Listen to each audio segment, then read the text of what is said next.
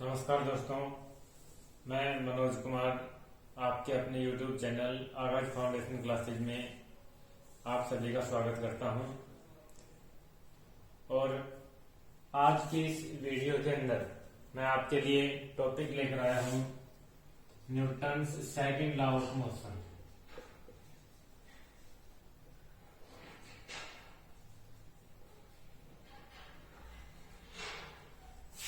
Newton's second law of motion.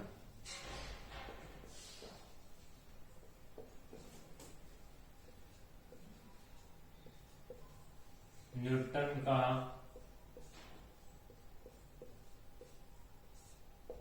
गति का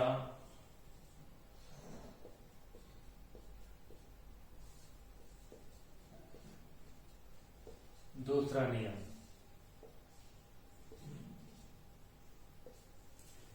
देखो, according to Newton's second law of motion,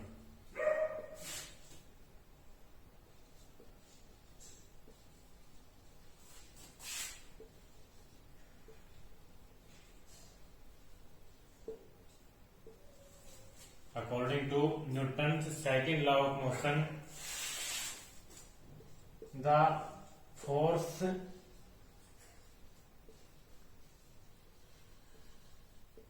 applied on an object is directly proportional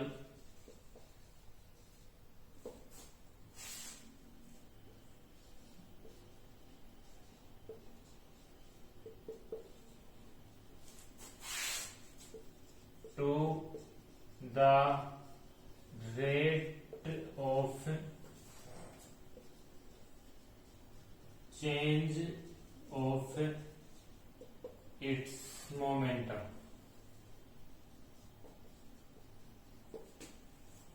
यानी कि Newton के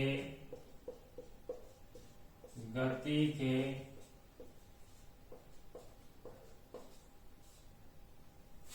दूसरे नियम के अनुसार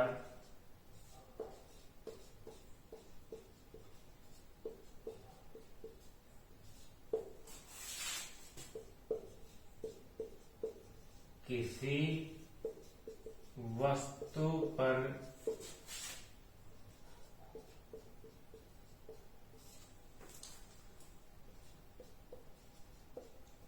लगाया गया बल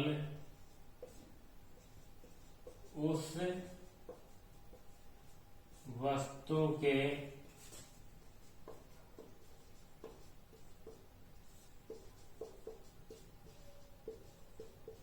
संवेग परिवर्तन की दर के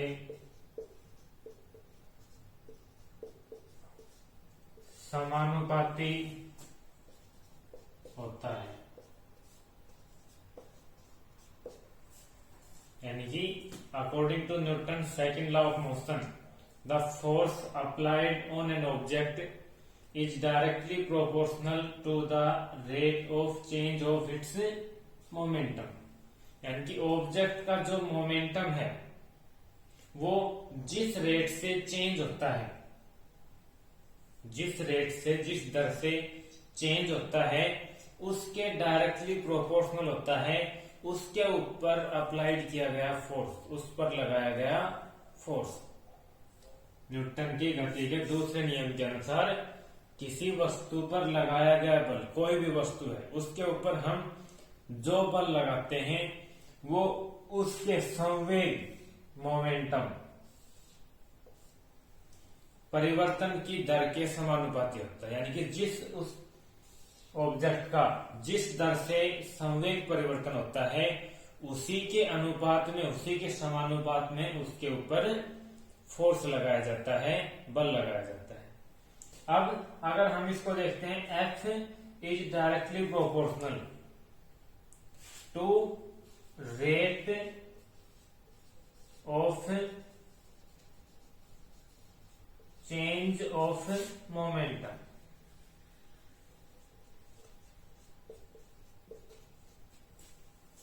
F is directly proportional to rate of change of momentum.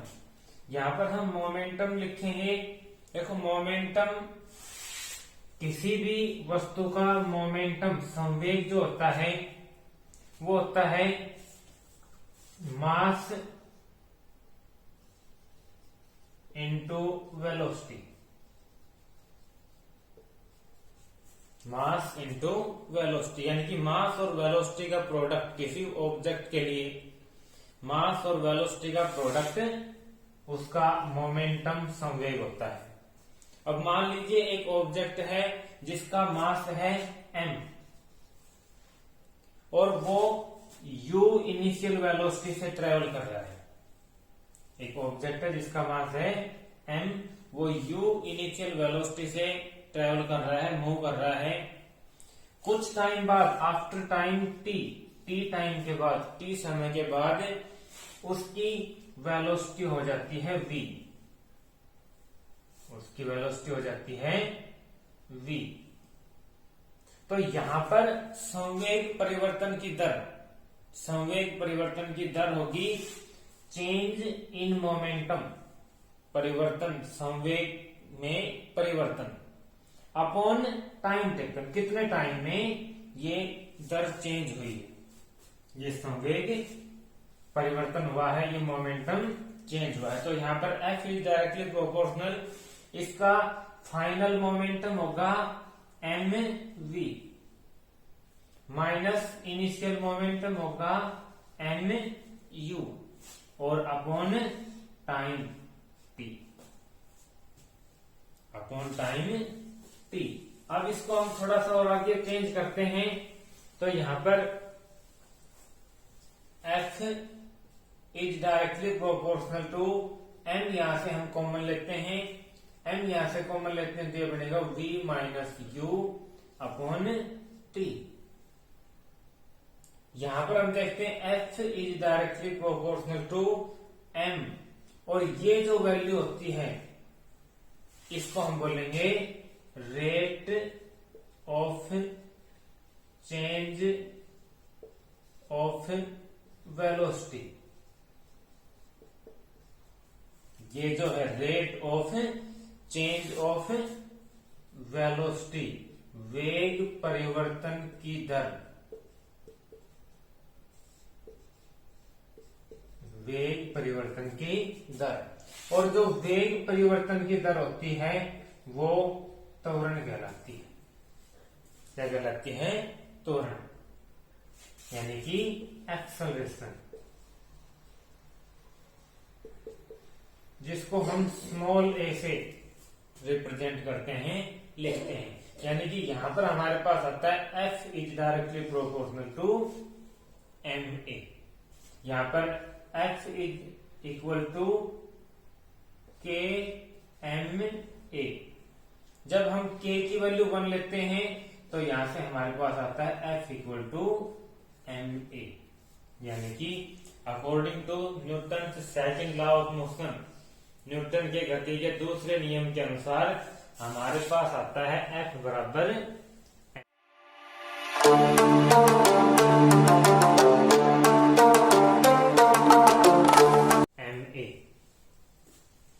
F बराबर ma, यानी कि जो फोर्स होता है वो मास और एक्सेलरेशन त्वरण का प्रोडक्ट होता है। तो यहीं से हम देखते हैं F force equal to mass, यानी कि द्रव्यमान गुणा एक्सेलरेशन त्वरण।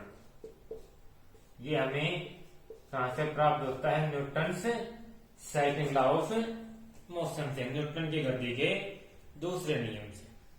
अब यहाँ पर इस नियम के आधार पर कुछ एग्जाम्पल्स होते हैं, उदाहरण होते हैं। कौन से होते हैं? देखो, सबसे फर्स्ट एग्जाम्पल है एक क्रिकेट मैच के अंदर जब कोई फील्डर जो क्षेत्र रक्षक होता है वो बॉल को कैच करता है, कैच लेता है, तो वो पहले कैच लेता है और फिर अपने हाथों को पीछे की तरफ खींचता है।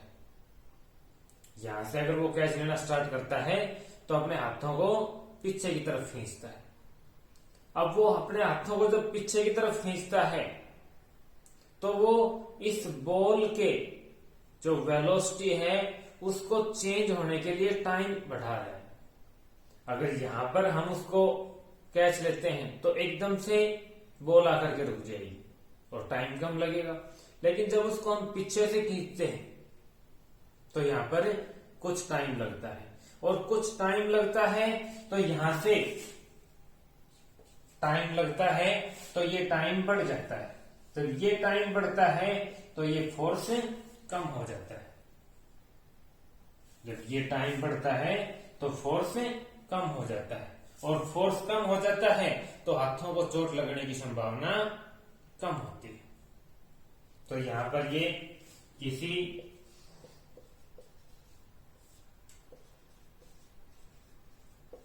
फील्डर द्वारा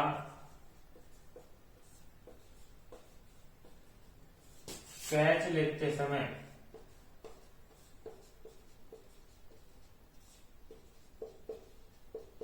हाथों को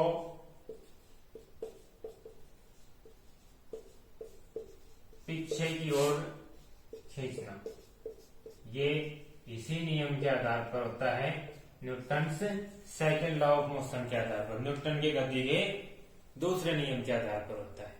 सेकंड एग्जाम्पल होता है साधनों के अंदर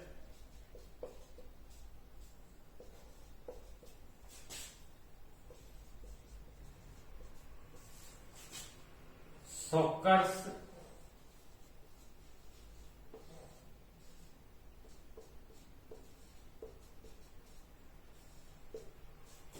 का प्रयोग करना। जो साधन होते हैं इनके अंदर शॉक एब्जॉर्बर्स का प्रयोग किया जाता है। क्यों किया जाता है? क्योंकि देखो जो शॉक एब्जॉर्बर होते हैं एक स्प्रिंग के आकार के स्प्रिंग जैसे होते हैं। अब जैसे ही कोई गड्ढा आता है, ये साधन होता है, तो ये शॉक एब्जॉर्बर से रिलैक्स होते हैं, रिलैक्स कॉम्प्रेस होते हैं, और जब ये ऊपर नीचे होते हैं तो यहां पर कुछ टाइम लगता है, कुछ टाइम लगता है, और जब ये टाइम कुछ टाइम लगता है, सिग्निफिकेंट टाइम लगता है, ये टाइम थोड़ा सा बढ़ जाता है, तो वही यहां पर जो फोर्स होता है वो कम हो जाता है, और फोर्स कम होता है तो चोट लगने की संभावना कम होती है। तो यहां पर ये जो होता है प्रयोग, ये भी Newton second law of motion के अकॉर्डिंग होता है। तीसरा होता है किसी व्यक्ति के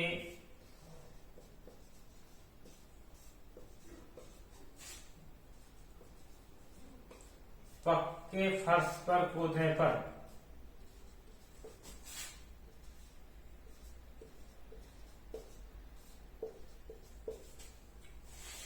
अधिक चोट लगना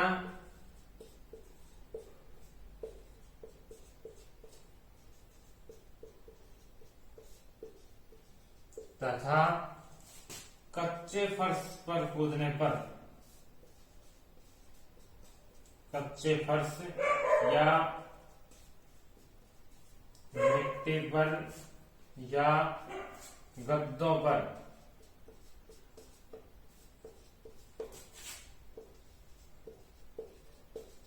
कूदने पर कम चोट लगना। यानी कि जब कोई व्यक्ति अगर पक्के फर्श पर कूदता है, देखो ये एक पक्का फर्श है, सीमेंटेड है, यहां पर अगर कोई व्यक्ति कूदता है तो ये लचीले नहीं होते, फ्लेक्सिबल नहीं होते, ये पक्का होता है, और जो भी व्यक्ति है वो एकदम से रेस्ट के अंदर आ जाता है। एकदम से रेस्ट के अंदर आ जाता है तो टाइम कम लगता है, लेकिन जब कोई व्यक्ति कच्चे फर्श पर कूदता है तो यहां पर ये जो कच्चा फर्श है ये कुछ लचीला होता है, फ्लेक्सिबल होता है, ये नीचे बैठ जाता है। या अगर मिट्टी है तो मिट्टी नीचे धस जाती है, गद्दा है तो गद्दा नीचे धस जाता है। और इसके अंदर कुछ टाइम ज्यादा लगता है, कुछ टाइम ज्यादा लगता है। यहां पर जब टाइम ज्यादा लगता है तो इसके अकॉर्डिंग ये फोर्स कम हो जाता है। फोर्स कम हो जाता है तो यहां पर उसको चोट कम लगती है। तो किसी व्यक्ति को जब पक्के फर्श पर किसी हाइट से ऊंचाई से कूदता है तो अधिक चोट लगती है, जबकि वह कच्चे फर्श मिट्टी पर या गद्दों पर कूदता है तो उसको कम चोट लगती है। ये भी Newton second law of motion के अकॉर्डिंग होता है, न्यूटन की गति के दूसरे नियम के अकॉर्डिंग होता है। तो यहाँ पर हम एक तो देखते हैं कि न्यूटन की गति के दूसरे नियम से हमारे पास आता है F इक्वल टू ma। यहाँ पर m मास जितना ज्यादा होगा फोर्स उतना ही ज्यादा होगा, और एक्सेलरेशन जितना ज्यादा होगा फोर्स उतना ही ज्यादा होगा। जब टाइम जितना ज्यादा होगा, टाइम जितना ज्यादा होगा एक्सेलरेशन उतना ही कम होगा। तो यहाँ पर ये जो भी तीनों सिचुएशन है इनके अंदर टाइम को बढ़ाया जाता है। टाइम को बढ़ाया जाता है तो एक्सेलरेशन कम हो जाता है। एक्सेलरेशन कम होता है तो फोर्स कम हो जाता है, और जो फोर्स का प्रभाव है, इफेक्ट है, वो भी कम हो जाता है। तो चलिए आज की वीडियो के अंदर ये सेकंड लॉ ऑफ मोशन, कल नेक्स्ट वीडियो के अंदर Newton third law of motion. तब तक के लिए वीडियो देखिए, लाइक कीजिए, शेयर कीजिए, और अगर सब्सक्राइब नहीं किया तो सब्सक्राइब भी कीजिए, और अपने फ्रेंड्स रिलेटिव्स को भी चैनल को सब्सक्राइब करने के लिए कहिए। धन्यवाद।